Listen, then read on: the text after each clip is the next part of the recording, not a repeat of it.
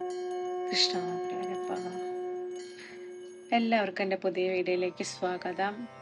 ദാരിദ്ര്യവും ശത്രുഭയവും അകറ്റാൻ ശ്രീകൃഷ്ണന്റെ 8 നാമങ്ങൾ നിത്യവും ജപിക്കുന്നത് വളരെ ശ്രേഷ്ഠമാണ്. അച്യുതൻ, കേശവൻ, വിഷ്ണു, ഹരി, സത്യം, ജനാർദ്ദനൻ, ഹംസം, നാരായണൻ എന്ന 8 നാമങ്ങളാണ് നമ്മൾ ചൊല്ലേണ്ടത്.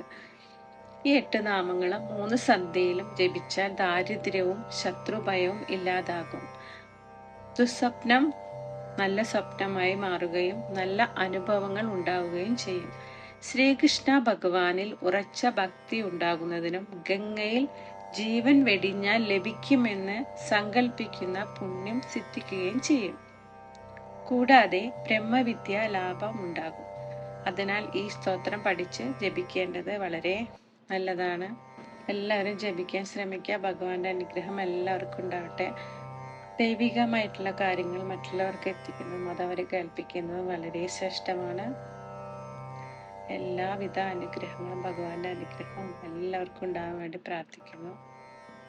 അച്യുതം, കേശവം, വിഷ്ണു, ഹരിം, സത്യം, ജനാർദ്ദനം, ഹംസം, നാരായണം ചൈവ മേദന്നാമഷ്ടകം പഠേത്.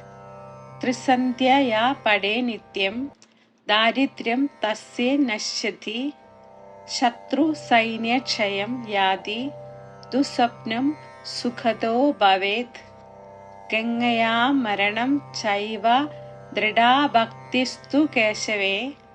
ബ്രഹ്മവിദ്യാ പ്രബോധം ച തസ്മാനിത്യം പഠേ നരഃ.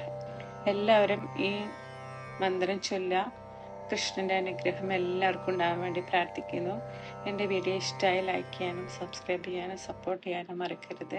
എല്ലാവർക്കും ഗുരുവായൂരപ്പൻ്റെ അനുഗ്രഹം ഉണ്ടാകാൻ വേണ്ടിയിട്ട് പ്രാർത്ഥിക്കുന്നു. നന്ദി, നമസ്കാരം.